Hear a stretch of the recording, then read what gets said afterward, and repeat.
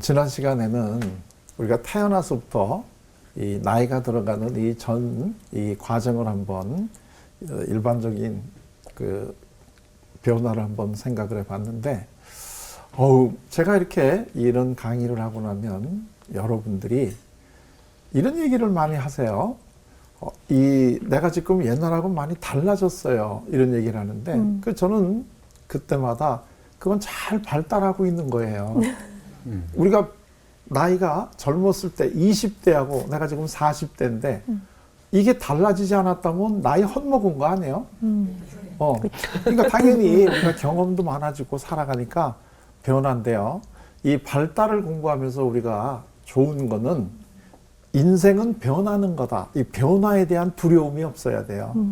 그래서 우리가 몸으로 하는 거는 좀 쇠퇴할지 모르지만 그것보다 더 다른 많은 면에서는 더 좋아지는 면이 있는데 우리는 자꾸 나빠지는 거에 집착을 해가지고 자꾸 내가 나이 들었다 이러는데 그 거울을 앞으로 보실 때는 몸만 변하는 걸 보시지 마시고 내 마음이 변하는 것도 한번 다시 보는 훈련을 하시면 나이 든다는 게 참 좋은 점이 참 많아요. 네.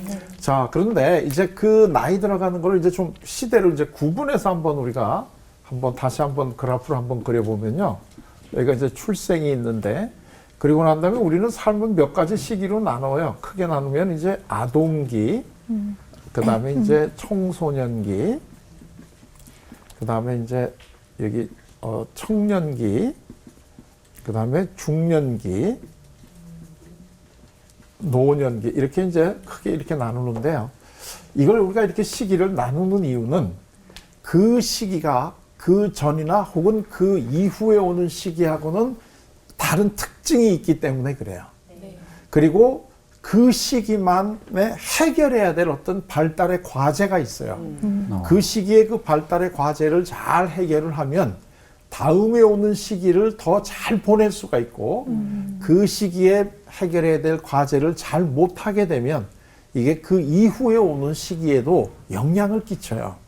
그래서 이 시기가 어느 거 하나가 다 중요한데 그 중에서도 이 출생에서부터 오는 요 시기가 많이 중요하겠죠. 네. 그리고 이 시기 중에서도 이걸 또 이렇게 나눌 수가 있는데 그 중에 요 시기가 우리가 보통 영악이라고 부르는 태어나서 1년 되는 요 시기. 요 시기가 또 우리 삶에서 아주 중요해요. 그 시기가 중요하다는 것은 무슨 뜻이냐면 급격한 변화가 일어나기 때문에 그렇죠. 그 변화에 어떻게 적응하는가 하는 게 이게 요 시기에 어린아이들이 아주 중요한 발달의 과제가 돼요. 네. 사실 요 태어나서 요 때 1년 동안에는 어린아이들은 심리적으로는 자기가 지금 어머니하고 떨어져 있다는 존재라는 걸 몰라요. 네. 그러니까 사실 요때 어린아이들은 심리적으로는 아직까지도 어머니의 배에 있다라는 느낌을 가지고 있어요. 요때가. 그러면서 점차적으로 어린아이들이 어머니하고 나하고는 분리된 존재구나 하는 거를 깨달아가는 시기예요. 이때가. 사실 우리가 이 발달이라고 하는 측면에서 보게 되면 사람은 다른 동물하고 비교해 봤을 때는 1년 먼저 태어나요. 그 얘기는 이제 우리 동물의 왕국이나 이런 프로를 보면 뭐 말이나 소나 얘네들 보면 태어나자마자 곧 일어나고 그리고 어미 따라다니고 그렇다. 그렇죠? 그리고 자기네들끼리의 어떤 이 커뮤니케이션을 의사를 이렇게 소통하는 이거를 곧 하잖아요. 그런데 어린아이들, 사람은 그거를 하려고 하면 대개 1년이 걸려요. 맞아. 1년이 걸려야지 혼자서 어머니 따라다니고 1년쯤 지나야지 말로 이 세상하고 소통을 하고 이게 이렇게 되거든요. 그래서 1년 먼저 우리는 태어난다고 보면 돼요. 그럼 왜 사람이 1년 먼저 태어나느냐? 자, 그러면 한번 이제 상상을 해봐요. 1년 지나면 그 돌 사진 찍잖아요, 애들. 네. 그런 이 큰 애를 어머니가 낳을 수가 있을까요? 못 낳죠. 네. 1년 전에 태어나는 애들도 어머니가 낳다가 목숨을 잃는 정말 이 참 위험한 일인데 1년 돌 때 애들 사진 찍으면 1년 동안 많이 크잖아요. 네. 얘는 절대로 어머니가 날 수가 없어. 네. 그런데 애들이 크다는 얘기는 뭐냐면 뇌가 발달됐다는 얘기거든요. 그러니까 만물의 영장이 되려면 어떻게 이거를 이 조화를 이루어야 되느냐면 인간의 어머니만은 애를 태어나서 1년 동안 어머니 뱃속에 있는 것과 같이 키울 수 있는 능력을 가졌다는 뜻이야. 기가 막히네. 그래야지 1년 먼저 태어날 수 있잖아요. 그러네. 그리고 1년 먼저 태어난다는 것은 그만큼 뇌 발달이 1년 많이 발달됐다는 걸 의미하는 거예요. 그러니까 인간의 어머니가 1년 동안 몸 밖에 나와 있는 애를 몸 안에 있는 것처럼 키울 수 있다는 얘기야. 이 능력이 발달되면서 인간은 다른 동물하고는 질적으로 다른 진화를 하게 되는 거예요. 그래서 사실 제일 어머니들한테 힘든 시기죠, 이때가. 왜냐하면 제일 무기력하게 인간이 태어나니까. 그러니까 인간의 삶의 어떤 그 모순은 뭐냐면 제일 태어날 때는 무기력한데 만물의 영장이 되는 거야. 와. 이게 참 우리 아이러니. 삶의 참 큰 정말 아이러니죠. 네. 그거는 그만큼 어머니의 능력이 발달이 된 상태다 이런 이야기예요. 그 어머니가 자기 그 새끼를 키울 능력이 떨어지면 떨어질수록 얘는 태어날 때 이미 성장해서 태어나야 되겠죠. 그러니까. 자, 그런데 그건 이제 우리 몸이 발달해 가는 거잖아요. 몸이 발달해 가는 거. 근데 우리는 지금 이제 마음이 발달해 가는 공부를 하는 거잖아요. 심리학 시간이니까. 네. 그래서 이제 마음을 발달해 가는 건데 그러면 이 어린아이들이 세상에 나와서 제일 먼저 깨닫고 느끼는 게 뭐야 될 것 같아요, 마음으로. 엄마 심장에 안아주는. 그렇죠. 그때 얘가 느끼는 게 뭐냐면 믿음이에요. 내가 우리 태아내에 있을 때는 어린아이들은 세상 사는 게 불안하지 않아요. 왜냐면 어머니가 다 보호해주고 나는 아무것도 안 해도 때가 되면 탯줄을 통해서 영양분이 들어오고 또 내가 아무리 노력을 안 해도 항상 제일 나한테 안전한 이러한 환경이 조성되고 있기 때문에 이 어머니하고 탯줄로 연결되어 있는 이 동안의 어린아이들은 제일 편안하고 안정된 이러한 삶을 살아요. 그러니까 애들이 나와서도 그런 느낌을 그대로 가져줘야 돼요. 네. 그래서 어머니하고 나하고가 신체적으로 분리가 안 돼 있다라는 느낌을 가지게 되니까 신체적으로는 탯줄이 잘라지는데 심리적으로는 그 탯줄이 아직도 연결돼 있다고 보면 돼요. 그때 그 느낌이 뭐냐면 믿음이라고 하는 것이 어린아이들이 이제 발달을 시키게 되는데 이 믿음이라고 하는 거는 내가 필요할 때마다 어머니가 나에게 모든 것들을 잘 해줄 거다라고 하는 이러한 느낌이에요. 네. 이게 어린아이들이 세상에 태어나서 1년 동안 어머니하고의 관계를 맺으면서 깨달아야 하는 것들이에요. 그리고 이거는 경험을 통해서 만들어지는 거예요. 그러니까 만약에 태어나서 그런 느낌을 못 갖는다 하게 되면 믿음이 자라지 않는 거죠. 네. 이걸 이제 다른 말로 하면 신뢰라고 우리가 부르는 건데요. 그래서 이 신뢰가 발달이 돼야 돼요. 그래서 앞으로 내가 살아가는데 어려움이 있을 때는 누군가가 항상 나를 도와줄 거다라고 하는 이런 믿음을 가져야 돼요. 네. 이걸 우리가 1년 동안 이 어머니들이 또는 어린아이를 키우는 그 보호자가 애들하고의 관계에서 심어줘야 되는 거예요. 이 사실 어린아이들이 어머니가 없으면 불안해하는 애하고 어머니가 잠깐 없어도 별로 이 불안해하지 않고 잘 노는 애하고 어머니에 대한 믿음이 누가 더 강한 애일까요? 어머니가 없어도 잘 노는 애가 싫어요. 지금 키우고 계신 것 같은데. 이게 참 우리 삶이요 굉장히 좀 이렇게 모순적이에요. 어머니를 믿는 애는 어머니를 떠날 수 있어요. 안심하고. 왜? 내가 살다가 어려운 일이 있으면 언제든지 어머니가 나를 도와줄 거라는 걸 알아요. 그러니까 마음 놓고 어머니에서부터 멀리 갈 수 있어요. 근데 어머니를 믿지 못하면 그 얘기는 내가 어려운 일이 있을 때 어머니가 나를 도와줄 거라고 하는 이러한 믿음이 없다면 항상 불안하니까 어머니를 못 떠나고 놀다가도 계속 어머니가 저기에 있는지 없는지 확인해 봐야 돼. 그래서 오히려 부모를 잘 떠나는 이런 그 어린아이들이 부모를 잘 믿고 부모하고 좋은 관계를 맺고 있는 거예요.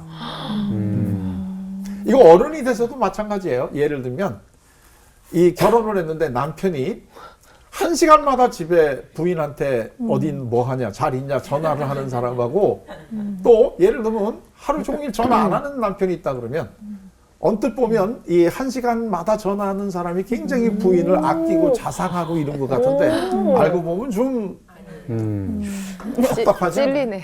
찔려요? 우리 사이 엄청 좋아. 사이 엄청 좋네요. 전화 안 연락 하고. 안 해요. 집에 2박 가서 3일 안 얼굴 해요. 봐. 다 믿고 있는 거지. 그렇지. 그렇네. 그럼요. 아, 화를 냈었는데 화를 내면 안 되겠구나. 자, 그래서 이 믿음을 이제 어린아이들이 가져야 되는데 어린아이들이 믿음을 그러면 잘요 이 형성하기 위해서는 어떻게 부모가 키워야 되느냐 지금 이제 이 문제잖아요. 네. 제일 중요한 게 뭐냐면 부모는 어린하고의 관계에서 일관성을 가지고 키워야 돼요. 일관성. 일관성이라는 거는 동일한 방식으로 키워야 된다 이런 이야기예요.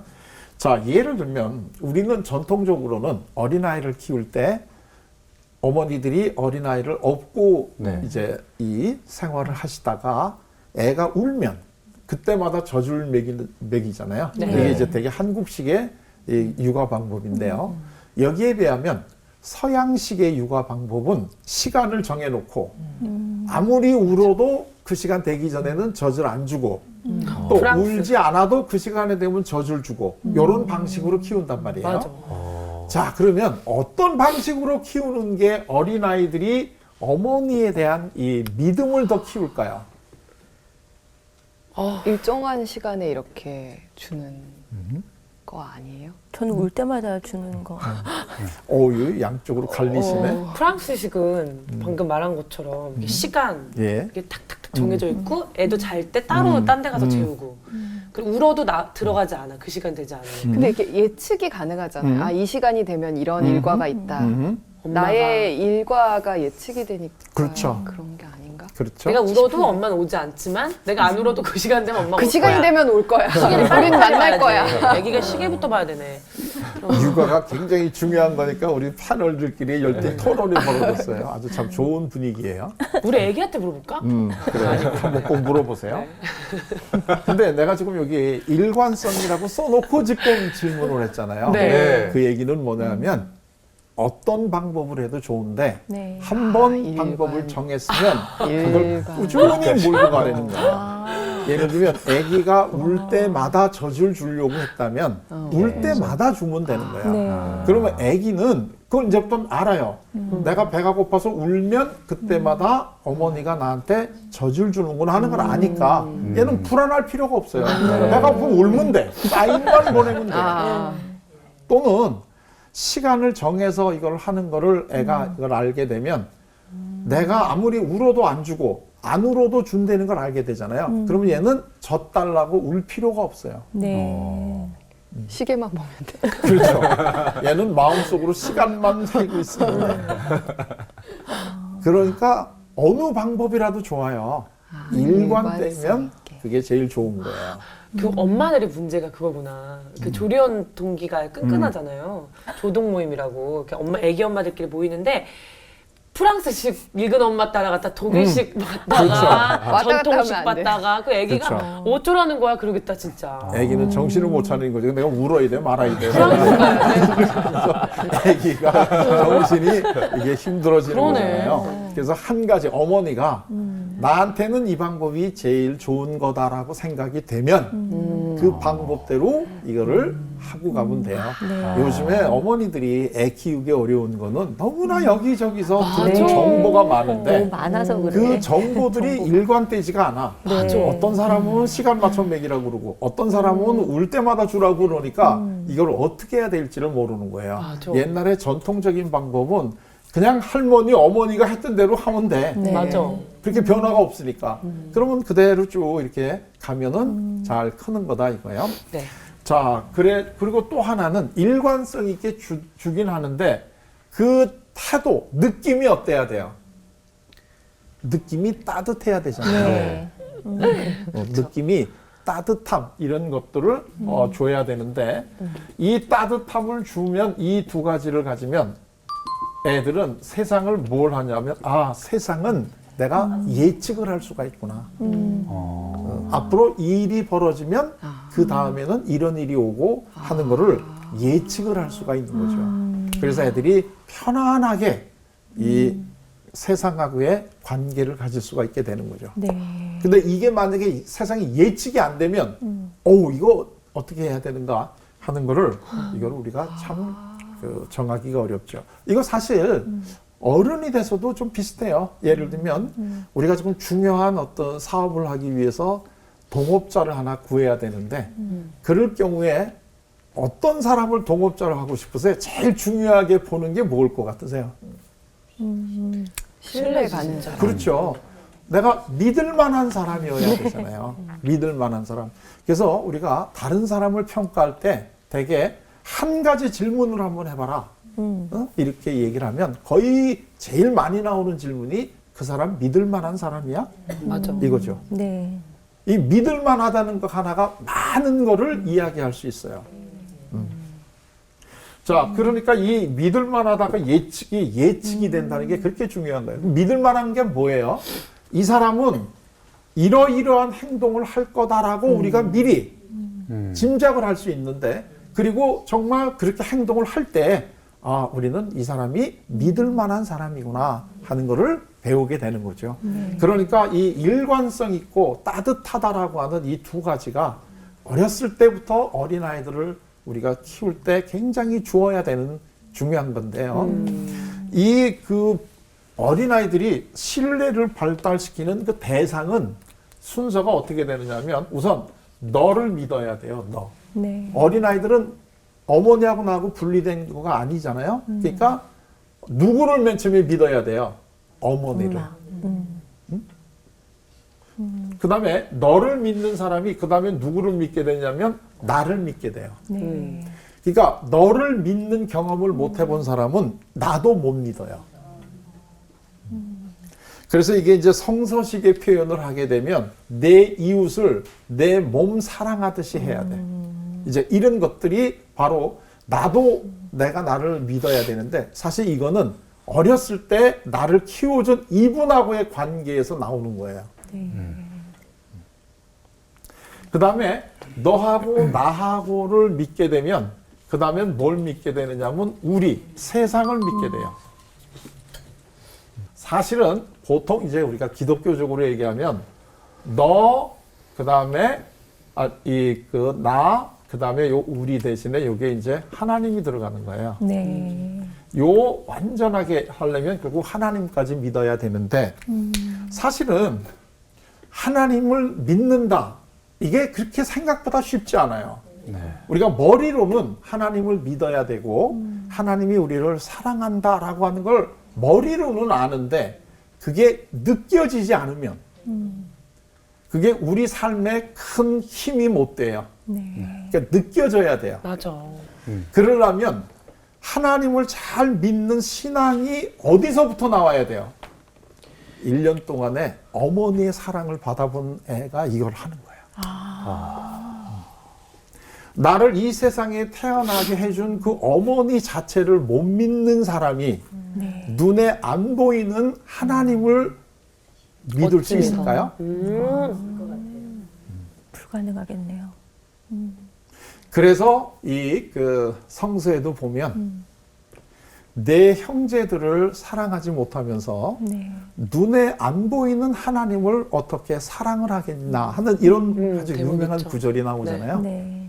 그러니까 사실은 우리 어머니들이 1년 동안 어린아이를 어떻게 키우느냐 하는 요게 얘가 앞으로 평생 동안 얼마나 좋은 신앙인이 되느냐는 기초를 닦아주는 거예요. 네.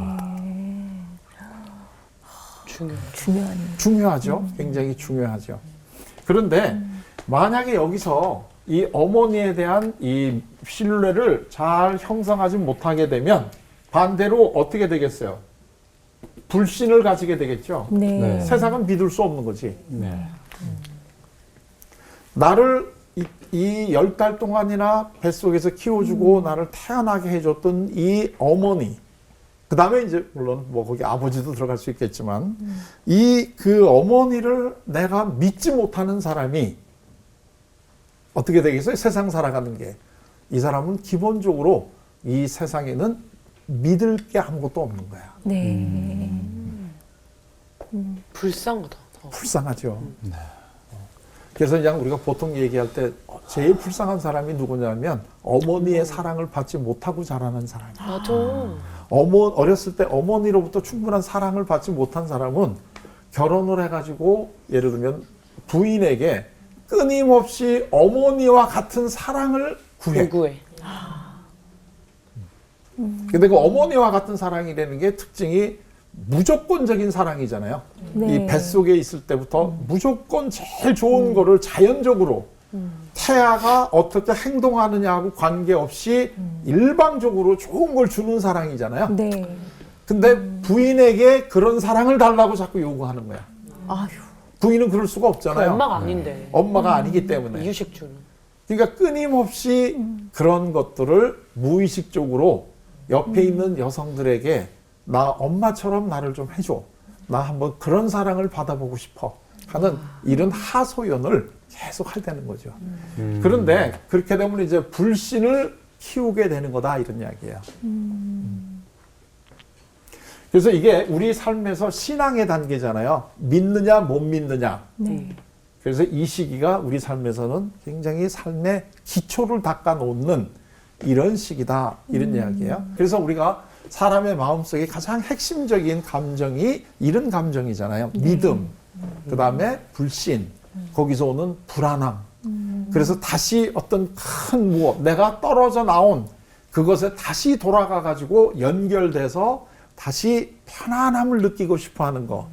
사실 우리가 결혼을 하고 친구하고 만나가지고 좋은 관계를 맺는 것도 그 큰 어떤 관계 속에 다시 들어가서 편안함을 느끼고 싶은 이 마음을 계속 가지고 있는 거죠. 네. 그래서 사실은 이 불신이 이제 이 크게 되는데요. 여기서 이제 한 가지 아주 중요한 게 있어요. 우리 언뜻 이렇게 얘기하면 이 불신은 나쁜 거고 이 믿음이 굉장히 좋은 거다라고 이렇게 아주 이 너무나 단순하게 생각하기가 쉬운데요. 네. 사실은 이 불신이 나쁜 게 아니에요. 이 믿지 않을 능력이 없는 사람은 믿을 능력도 없어요. 이 믿음이라고 하는 거는 가장 큰 것 중에 하나가 대상이 믿을 만한 사람인가 믿지 못할 사람인가 하는 거를 구별하는 능력이 같이 커야 돼요. 네.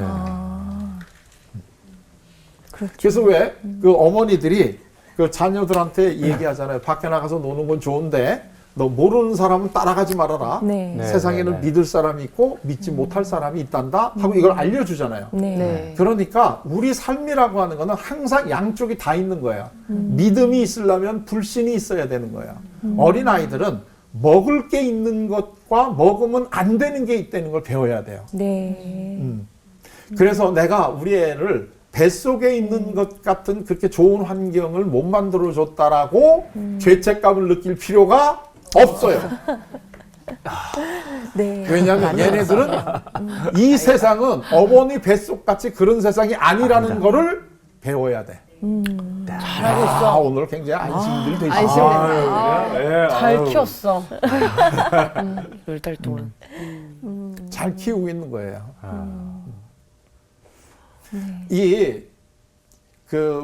제 아는 사람 하나는 이 집으로 이렇게 방문하는 무슨 이 책 파는 분들이라든가 네.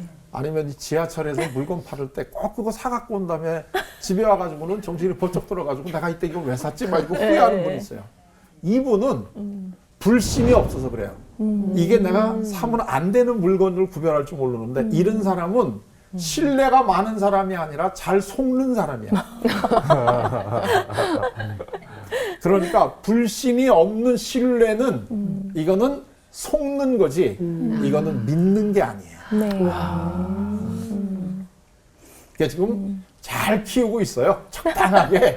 세상은 믿을 게 없구나. 어머니도 100% 믿을 수 있는 대상은 아니구나 하는 걸 알려줘야 돼. 네. 알아야 돼. 그걸 알려주려고 일부러 지금 약간 이제 네. 그 불신을 심어주고 계시는 거 아니에요? 다들? 그러니까요. 굉장히 잘하고 있는 거예요 지금. 잘하고 있어. 그런데 그러면 어떻게 돼야 되느냐 하면 이 믿음 대 불신의 비율이 이게 중요한데요. 네. 이게 더 커야 돼. 이렇게만 되면 돼요. 그렇죠. 그렇지. 그 정도야 뭐. 그 해볼 수 정도야 있을 것 같습니다. 네. 51대 49. 네. 51대 조금이라도 크기만 하면 되는 그렇지. 거잖아요. 조금이라도 크면 돼. 네. 네.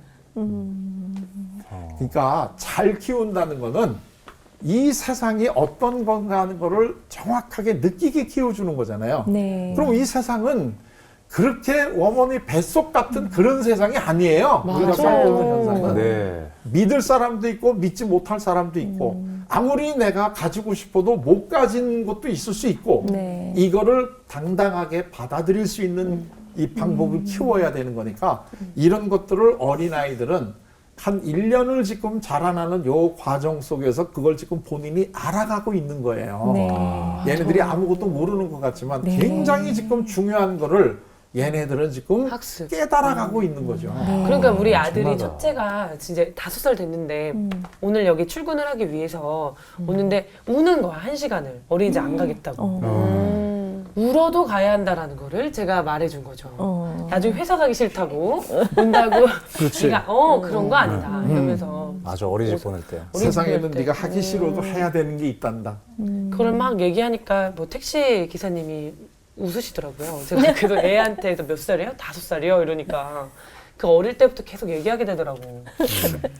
자, 사실 이 차원이 그 아까 그 종교적인 우리 삶의 신앙의 차원이라고 이제 이게 얘기를 했잖아요. 근데 이제 가끔 가다가 우리가 이제 교회 다니는 분들을 보면 이런 분들이 있어요. 나는 교회에서 가르쳐 주는 게 안 믿어져요. 네. 이거 내가 신앙심이 부족해서 그런가요? 하고 이렇게 회의하는 분들이 있어요. 그런 동생이 아마 주위에 이렇게 네, 그렇게 맞아요. 많이 네. 있을 건데 하나도 이 그 의심이 없이 완전하게 믿어져야지 좋은 신앙인가요? 아니죠. 그건 아니에요. 그건 아니죠. 아닌 것 같아요. 본인이 얘기하니까 굉장히 커지죠.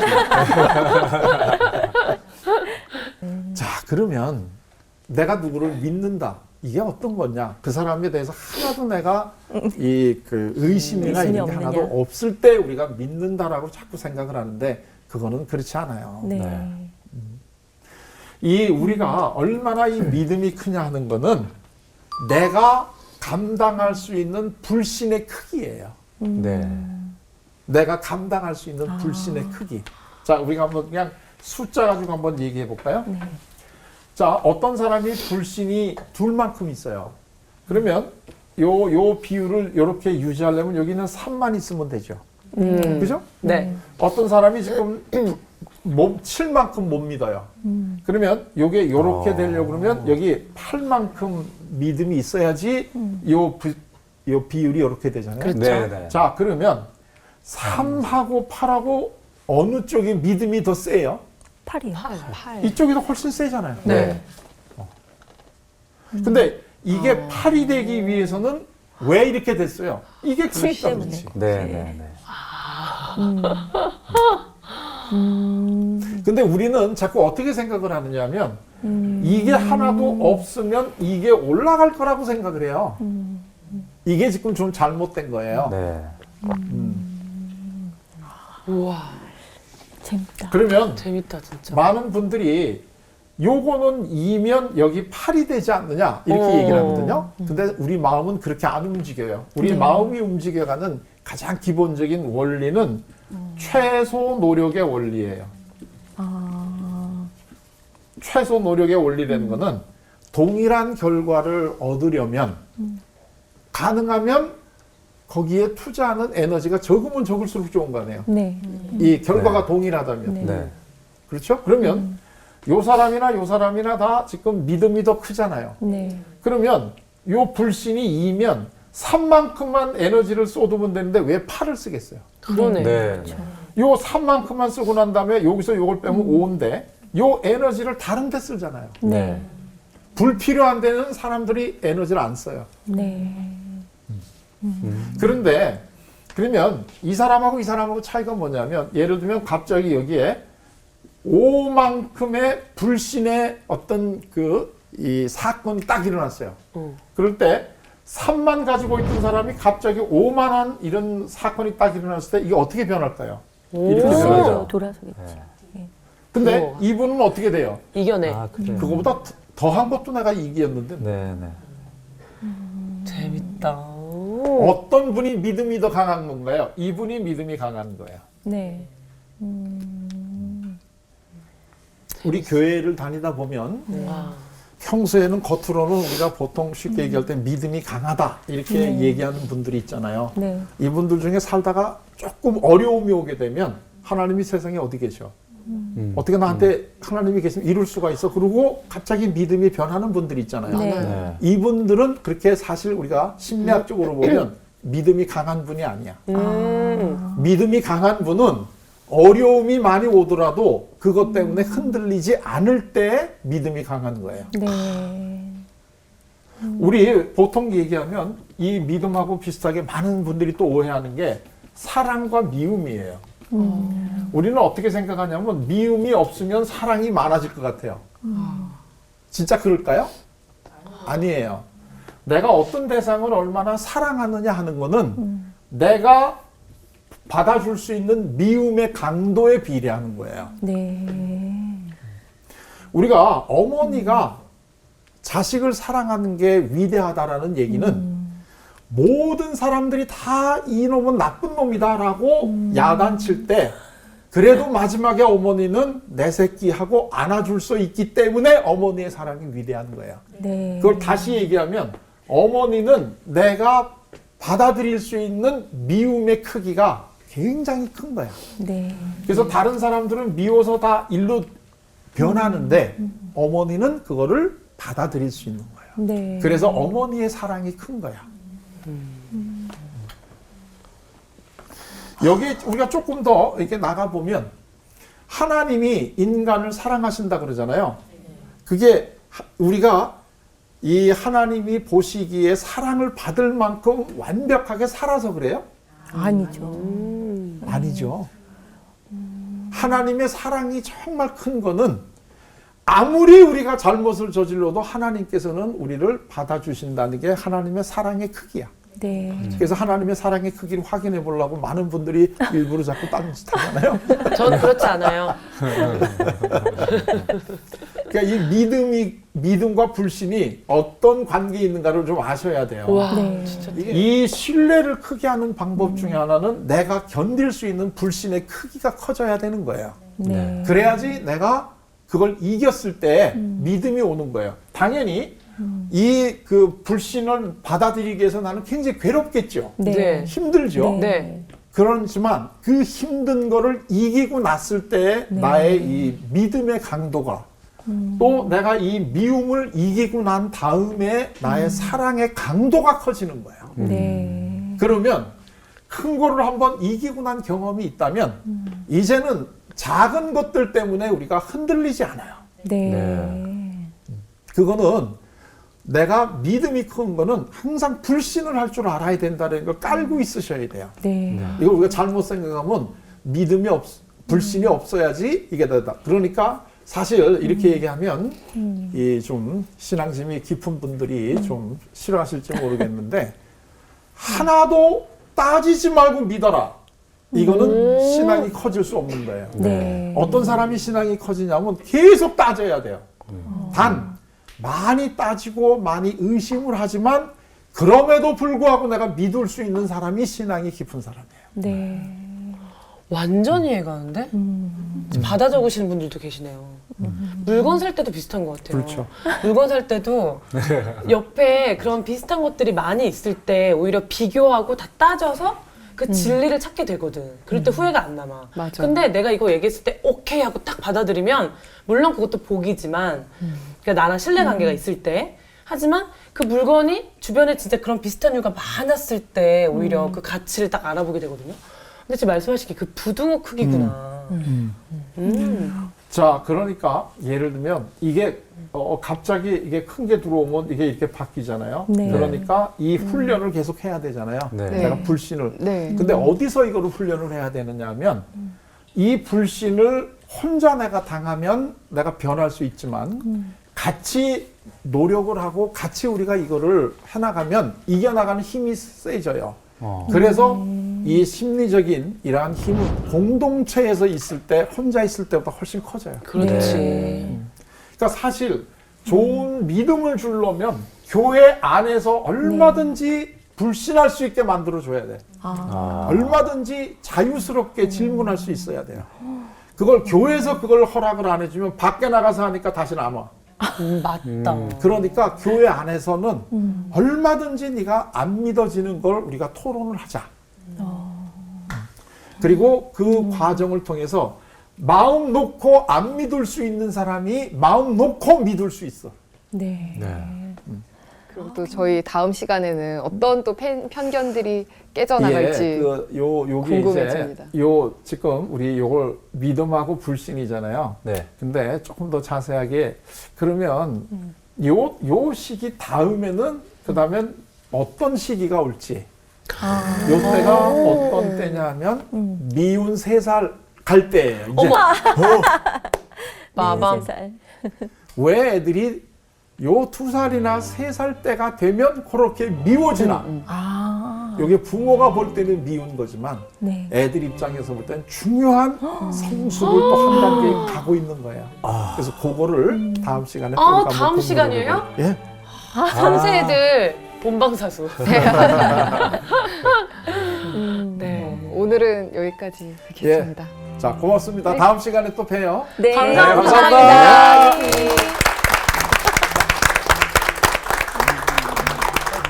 그렇구나.